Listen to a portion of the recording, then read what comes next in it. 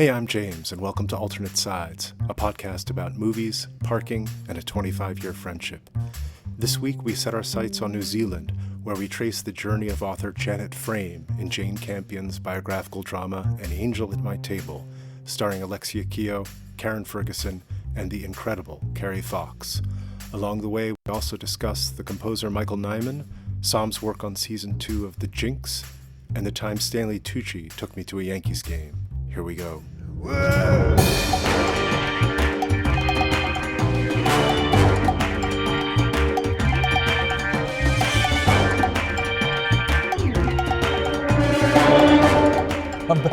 I'm back, baby, on Dean Street. The car, I got a battery, I got a new coil, whatever those do. The car is in good shape. I'm sitting here. It's a glorious Tuesday morning in Prospect Heights. It's good. It's good to be alive, Jimmy. The job is almost over. We should talk about your show for a minute because you've been hard at work on that for a long time. How long have you been at work on it? Well, I started it in 2019, but then there was a big COVID break. But I would say about 3 years. And it premieres next week or in 2 weeks, right? No, Sunday. Wait, Sunday. So what is the project? The project is the second season of The Jinx, which has been a long and very interesting journey. And yeah, I'm days away from being completely done. And you're a producer on the series, but you're also and mainly the lead editor. Is that correct? I'm the editor, I'm the writer, and I'm the producer. I started out as an editor, but if you stick around long enough, you just get more and more titles, I think. That's what happens. Very exciting. Well, I look forward. No, it's been great. It's been very good. It's been a lot of fun. It's going to be, it's that weird thing, right, where you've done something and you're just waiting to see. There's some reviews came out yesterday, and they were very positive, actually. So this is review week. We've got the premiere night on Thursday. This Thursday? This Thursday. I haven't seen an email about my invitation. No, it was quite tricky to get invites to this thing. It's been a bit... Congrats in advance. And it's a shame, really, because you're emerging from this period of very, very intense work, and you're going to have some free time on your hands. But I'm about to go back into work myself. I've been pulled out of film scoring retirement by my... Just when you thought you were out. Pulled you back in. I've never seen that movie. My dear old pal, Matthew Galkin, I'm going to be doing his scoring his Amazon documentary series. Nice. So when does that come out? I think next year, probably. So so you're on it for a while then? Oh, well, maybe not next year, actually. I better not be. I think I'd like to be done in July, probably. And even that is longer than I need. I don't need that time. They're editing. Well, but the score is usually one of the last things to slot in. So if you're done in July... Well, now, as you well know, with the advent of digital editing, you can be editing right up to the bitter end. And a lot of times on these series, you've got multiple editors cutting multiple episodes at once. Yeah. It's not like the old days where you would get like the final cut of the movie. Everything would be locked in, and then you would know that the scene where the husband confronts the wife is 2 minutes and 37 seconds long. You do the music. I mean, nowadays, more recently, I've been in situations where they want me to just make a lot of music that's kind of like in the vibe of the show. We kind of decide on a palette and a kind of tone, and then I create a library of tracks, and then the editors use that music as they're cutting along, which in a way is easier for me because it's not quite so much about scoring to picture, bang, bang, bang, bang, but it has its own drawbacks. But I wouldn't trust a picture editor, especially some that I've worked with. I wouldn't trust them with your music necessarily. It's a bit of a mixed bag depending on the editor that you're working with. There have been some very good ones. I trust Tim K. Smith with my life musically. Yeah. A great editor, and we have a great relationship, but he's not on this project. Although I should also say that the editors that are on this project are actually really great. Right. So you're back in the car. What do you mean you have a new coil, new battery? This is we got everything. Terry did. We got everything. It was a disaster. The car wouldn't start. I had to jump it twice in a row. It was a joke. I took it back to Terry, and he did his magic, and here we are. He said the coils are done, and he said, let's just put a new battery in it. Who knows? Soon you'll be having to turn the AC on. It's getting to be warm out.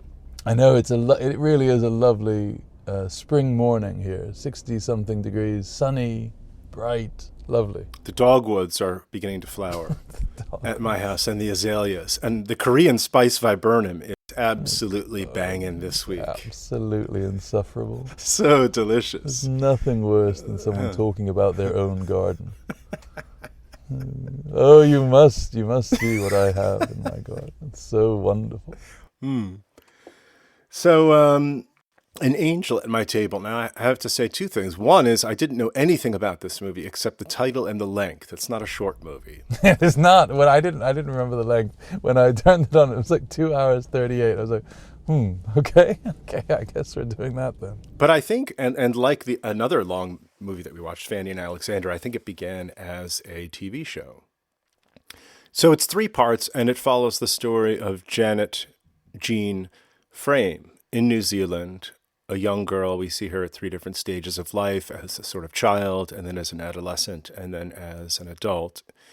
And it's about basically her journey, her life. She's apparently a well-known writer in New Zealand or elsewhere, which I hadn't known beforehand. So I didn't know anything about this, and I came in and I watched it with Molly, and like 20 minutes in, she said, "I thought she was schizophrenic," and I was like, "Oh." Bit of a spoiler. Nice one, Molly. Bit of a spoiler. She's not. This isn't going to go well. Yeah. Had she seen it before? She just knew about it. She had seen it a long time ago, I think.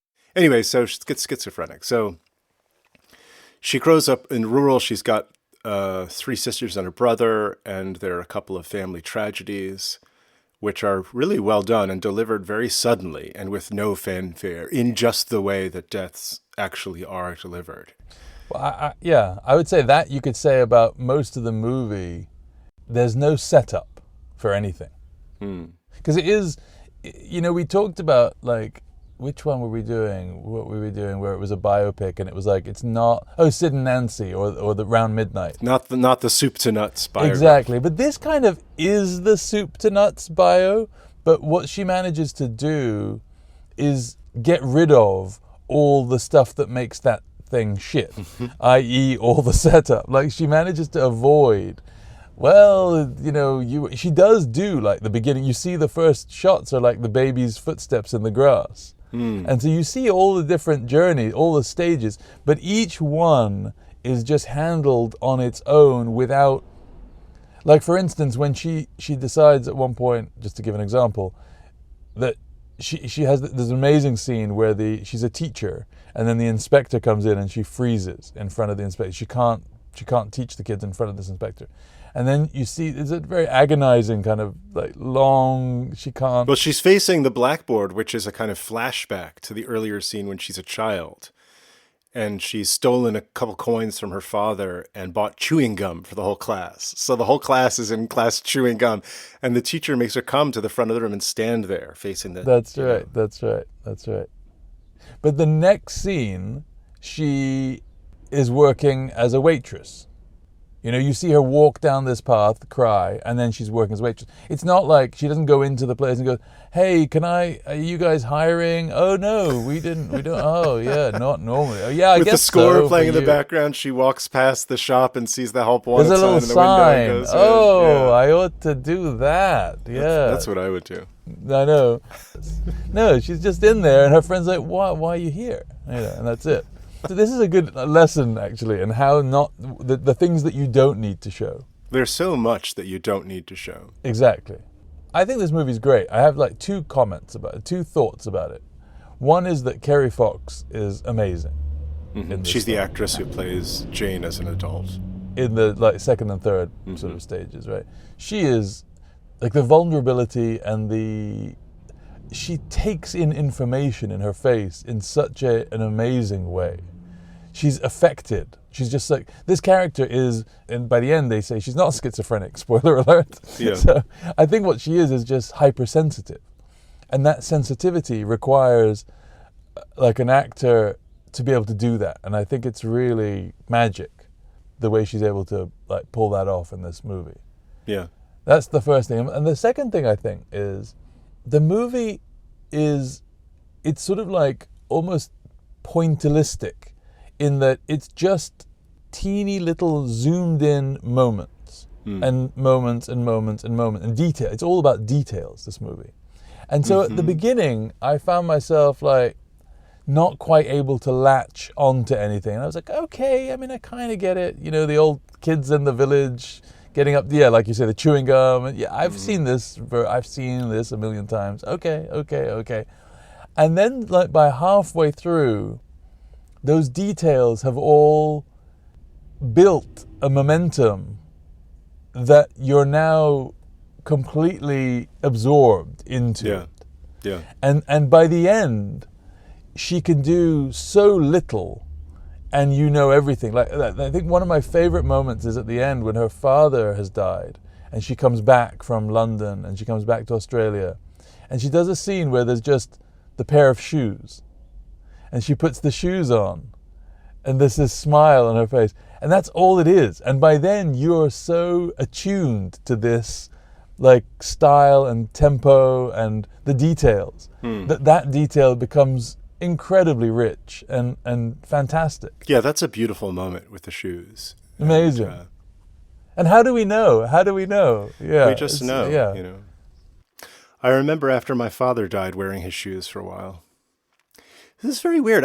My father doesn't come up in my day-to-day life, but he comes up in this podcast quite a lot. I wonder why that is. Somebody who's a therapist and knows what they're doing would have something to say about that.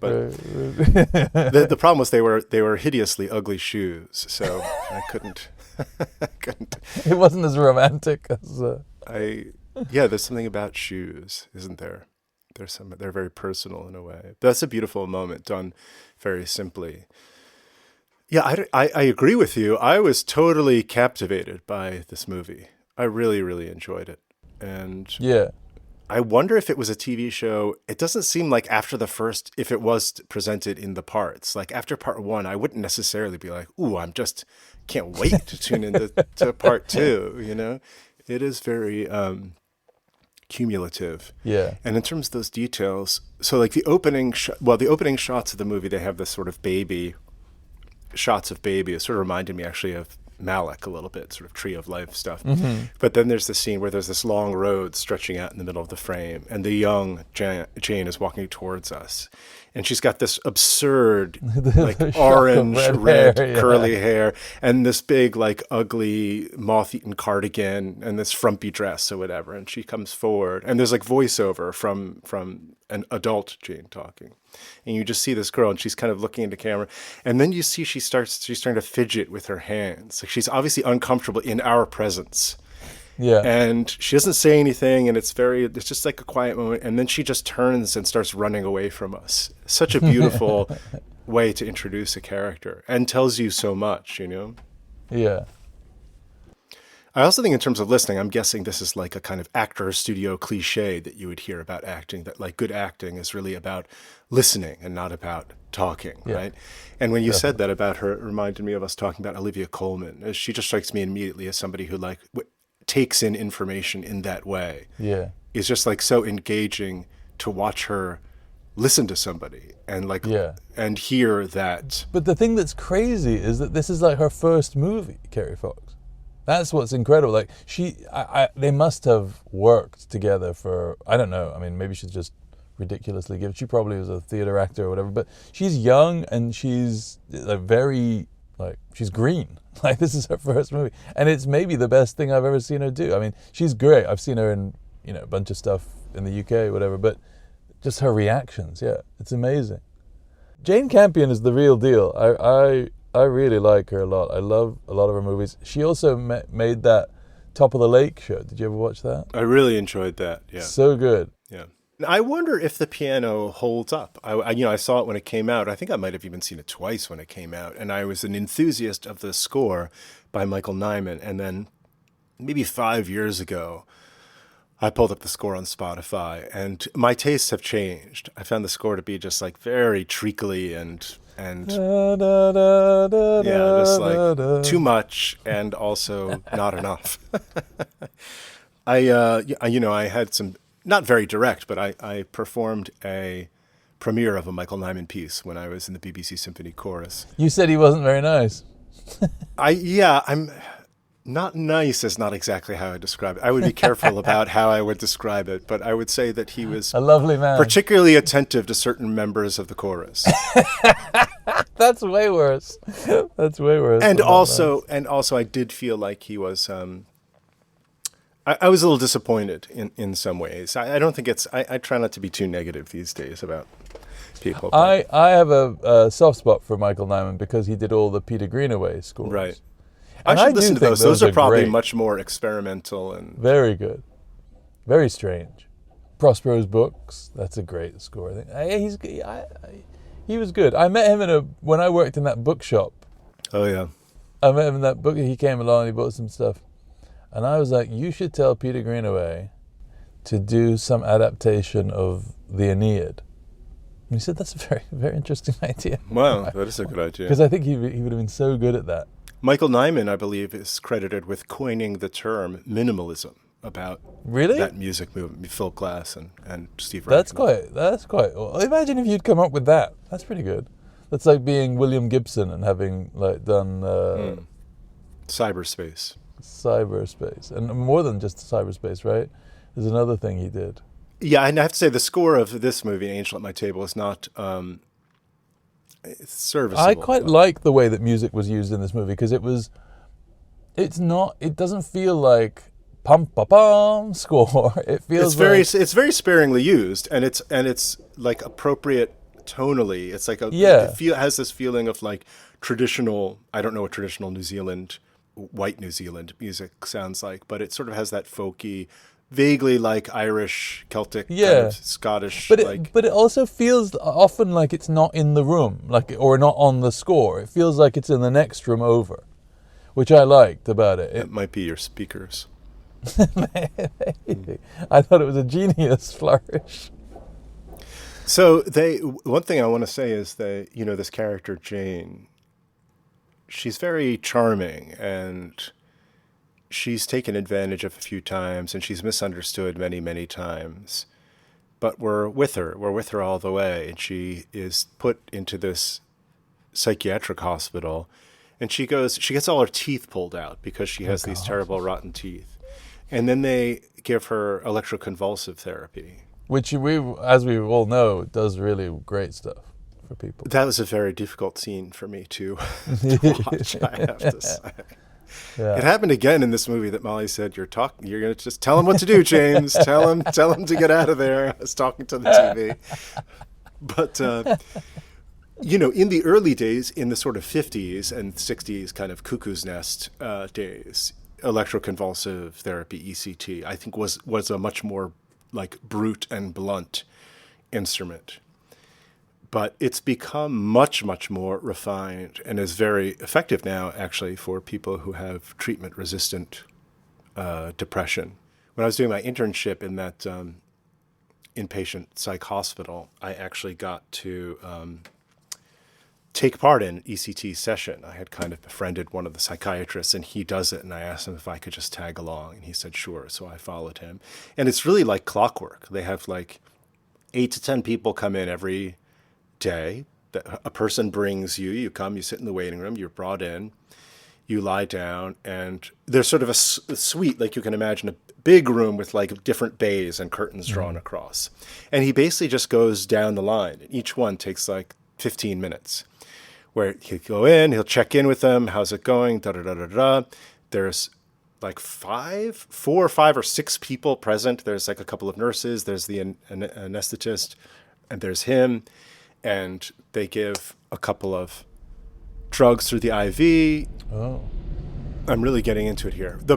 Anyway, they give the drugs, the person goes under, and then they attach the things, and they look up the EEG, so there's like the brainwave thing and you go zap, and the person tight constricts. So they feel it. No, they're unconscious. Oh, they're unconscious. You get a sedative, so you're unconscious, and then I see. And then they do the thing, and every muscle tenses up, and you sort of become rigid. You're basically inducing a seizure. That's actually what they're doing. And then you wait for the EEG thing to go from crazy looking to more flat again. As soon as it starts to go flat again, then you stop. And then there's like a little printout of the EEG, and then that's basically it. And then like 20 minutes later, they're sort of coming to, and like 40 minutes later, they're going home. I don't like it. I don't like it. I don't want to be. He let me do it at one point. I don't know if I should cut this out, but exactly. This is even worse. I really don't. Just like hold this Who's here, doing hold this here. It'll be fine. It'll be fine. Yeah, what's the worst that can happen? Just press this button. Isn't that in the Woody Allen thing where the parents are doing surgery? And he's like, come on over, you can do it. Hey, there's no reason you can't do this. Of course you can do it. Come on over. Oh, God. No, I don't like it. These things that we do, which are so barbaric, like in retrospect, this is going to go down as one of the... I mean, maybe, yes, we've made it less barbaric than it is in this movie, where it's fucking grim. I think it's in one of your favorite movies, Star Trek IV, The Voyage Home, which is the one where they go back in time to save the humpback whales. I can't say that I've seen this one. I stopped at the Wrath of Khan. So Kirk and McCoy and Spock go back to 1984, I think, through some temporal rift in space-time. From where? From which from time? Their current. From their current. From the. Oh, right, because they're miles. Sorry, I forgot. They go back in time to 1984, and they're in a hospital. And for some reason, McCoy, there's like a funny little side moment where he comes across this woman on a gurney who I believe is like about to get like radiation. No, I have seen, and he just goes. Yeah, he just gives her a little like, and then like 2 scenes later, you see her in the hallway like dancing around, and the doctors are all flabbergasted. But he does say something about like these savages, right? Because she's going in for radiation treatment or whatever. Yeah. So let me ask you about this movie again. Is it a good movie? Great movie? Yeah, I think it's a great movie. I think it's a movie that, for the way that it's made and the way that the execution of it is really artful, beautifully done, moving, sensitive. Yeah, lovely movie. It's sad. It's uplifting. It's funny. It's got it all. Well, it is an interesting point because there's not much to it in a certain sense, but it is, I think, totally engrossing. It's also it's also really interesting because fucking hell, that's too fast. Oh my God, this guy's a lunatic. This guy has just gone in this Audi whatever bullshit. He's zipped in and out, and now he's stuck. He's gone into the wrong lane because there's only one lane, and now he's stuck behind the garbage thing. Fantastic. Everyone hates him. Momo is staying with us right now, and she occasionally, as I was watching the movie, this is Margie's mother, and she was a psychiatric nurse, and so she came in at one point during the scene where the just like one of those rooms that she's in where everyone's like, whoa, there's like oh my God, like the woman just banging on the door for 45 minutes, and Momo was like, what are you watching? And I was like, oh, it's this movie, and I've been talking about it. She's like, I don't know. This is very real. She's like, I've been in these rooms. This is very real. I was like, God. I don't know that they're like that. Well, in America, at least, they're not really like that anymore. No, not anymore. I don't think they're like that anymore. Sometimes, but yeah. But I do think that being in there, it. I mean, I hate to say it, but I think for a lot of people, being an inpatient does more harm than good in some ways. Like, the experience itself is so traumatizing and so dysregulating to be in like a strange place where you have no control. You can't even wear your own clothes some of the time.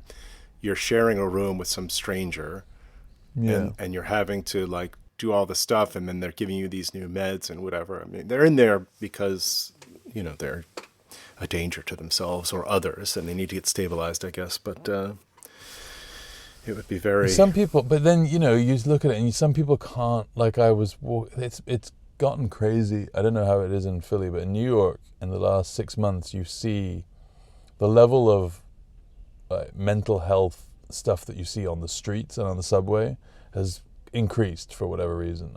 I'm not sure. And people know it. What's interesting in New York is that people have such a radar for it. Like, like if you're a New Yorker, when the subway doors open and that subway car is conspicuously empty, Molly and I had that experience in London just a couple weeks ago. We were getting on the tube, and it was like pretty packed, as the train's pulling in, you see that car pretty full, and then the one near us was like not as full. So we're like, oh, bonus. Great. So we walk in, everything seems fine, and then we sit and as soon as we sit down and see who's opposite, instantly it's like, oh, that's the reason why it's so empty in here. The naked guy who's cutting his toenails. That's the reason. Yeah, then we got up and moved down. Sad. Yeah. I really love London. We were in London a couple weeks ago. I know London's a good town. Might have to reestablish a foothold there in some more formal way. Do you think Livy will stay in the UK after she's done with school, or will she come back? I don't see her staying in Glasgow, only because she's always been such a seeker. I could see her going to Paris, actually. Right. I don't think. I mean, she will definitely not come back to Philadelphia, which is a shame. She's said as much quite adamantly. Let me say one thing clearly. Yeah, let me disabuse you of one before I take my leave. But her attitude is like, why would I come back here? I've already, I lived here for most of my life. I want to go out and see other things. So I think that's a healthy attitude. We'll see. Both my kids are quite eager for international, for experiences elsewhere. And who knows where Owen ends up. I hope he doesn't end up in like the Balkans somewhere trying to broker some, peace accord or something. I tell you, he's our man in Zagreb. Owen, exactly, that's who you want. Yeah. That actually is who you would want, but exactly. I don't know. Go sort it out. Who can we get? Can we get Owen? Is he around? Send him out there. The Chechens are causing trouble. Get Owen Levino. Yeah, it's exciting, actually. It's exciting to think about where they might end up. Now, did you see the news that John Sterling, longtime Yankees radio announcer John Sterling, retired this week? I did see that. Did he retire in the middle of the season? He retired like yesterday. It seems like something's... Yeah, that's He's in his mid-80s, and he's called like 5,000 games or something. I think he's only missed like 3 days since 1989 or something crazy like that.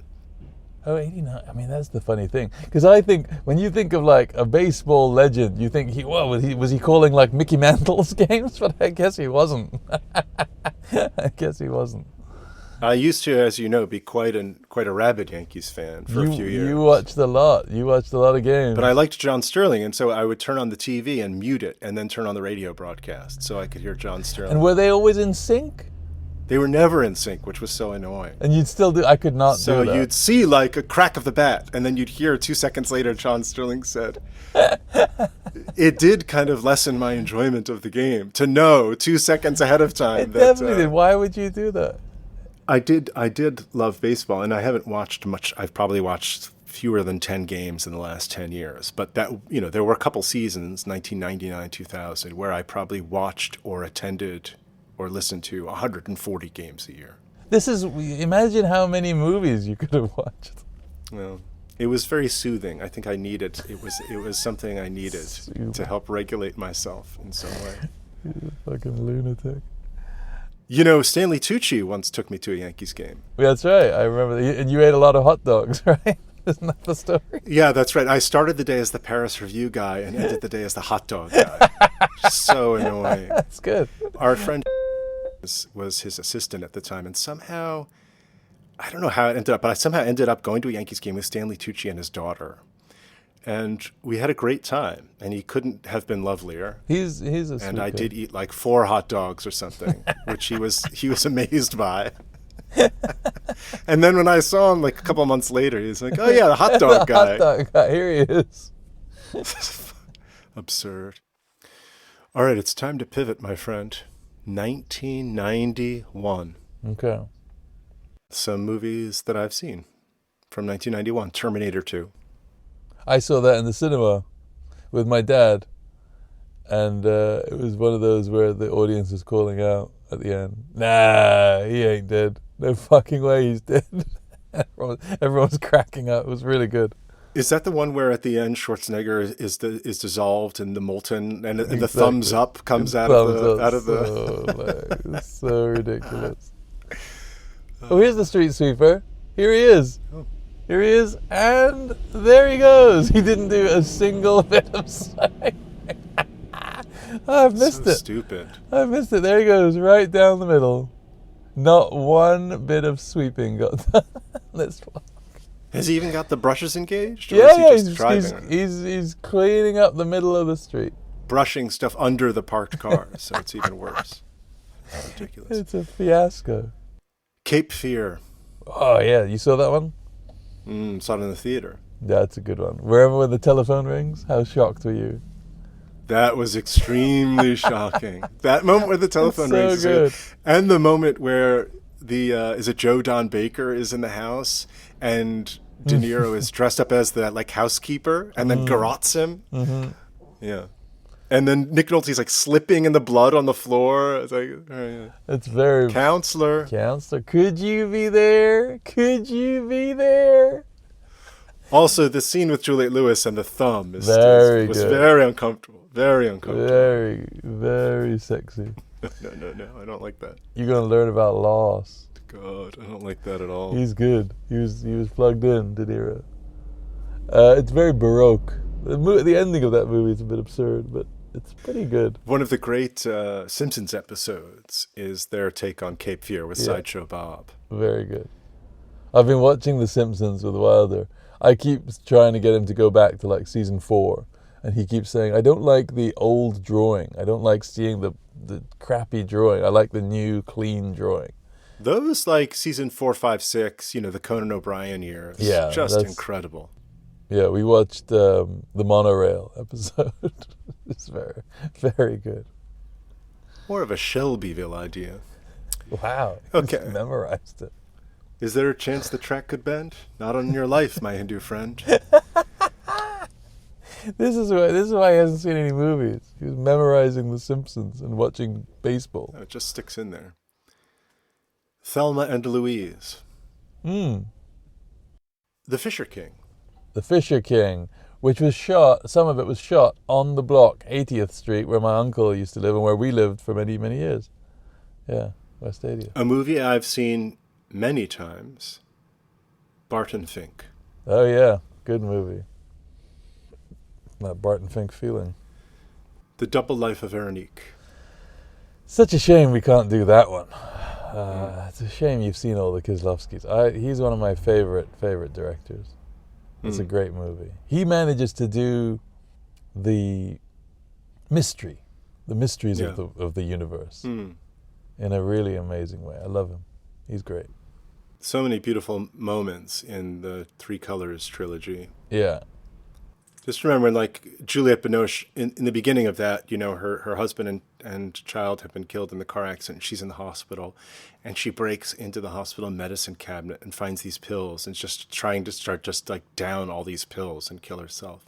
She's chewing these pills, and they're all chalky in her mouth, and then she stops, and then she turns around, and I believe the nurse has come into the room and is watching her, and there's just this pretty devastating moment of Binoche with mouthful of pills, just wanting it to be over.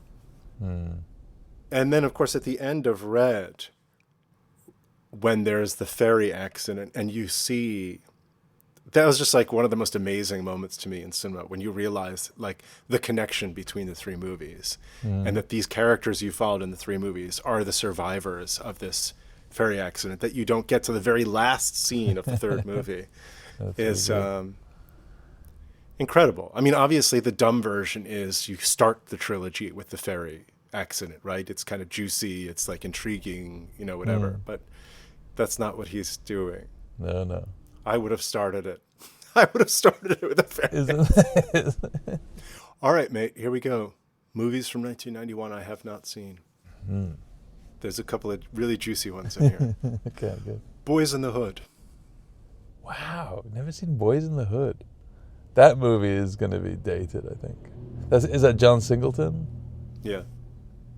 Yeah. Okay. This is a really big one. The Silence of the Lambs. You've never seen The Silence of the Lambs? It's not possible. Now that is too scary, I have to say. We could do the podcast right now. I could talk about The Silence of the Lambs. I've seen that movie so many times. Good movie? Well, we'll see, because that's going to be the one. You're not getting away with not watching The Silence of the Lambs.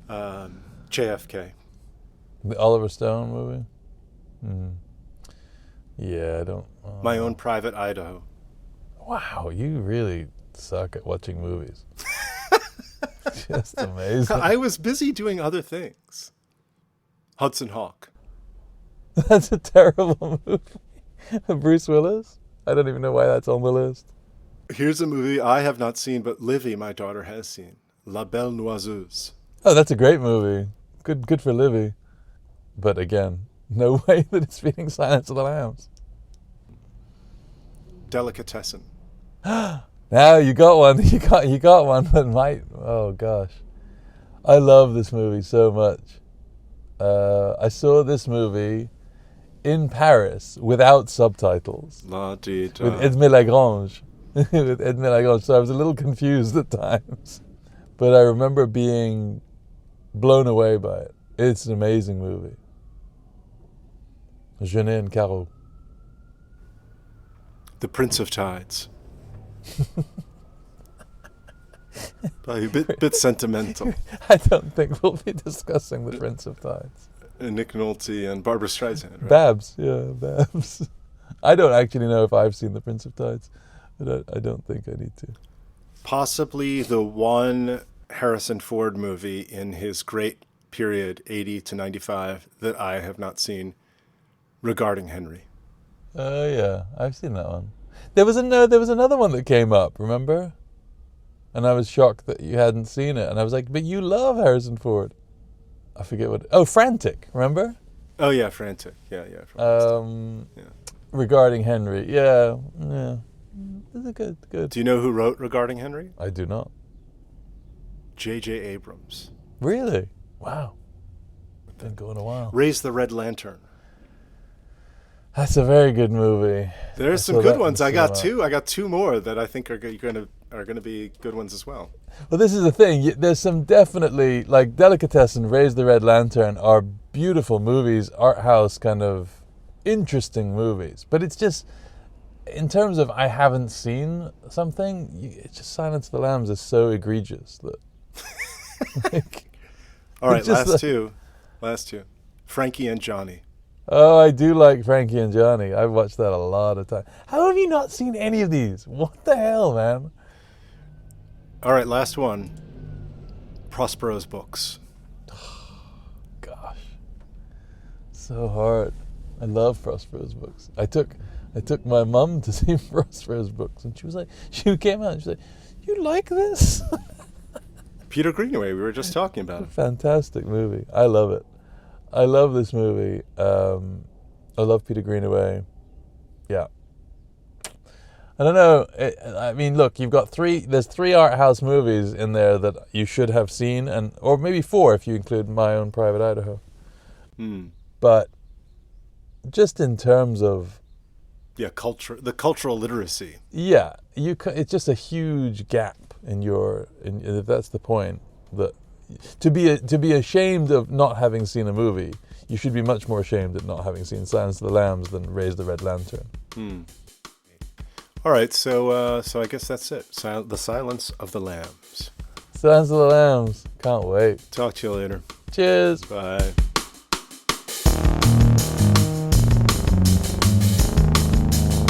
And that's that. In the next episode, we'll gorge ourselves on Jonathan Demme's serial killer thriller, The Silence of the Lambs, starring Jodie Foster as Clarice Starling and Anthony Hopkins as Hannibal the Cannibal Lecter. Should be a real treat. Delicious, you might even say. Check it out if you have a chance. So long.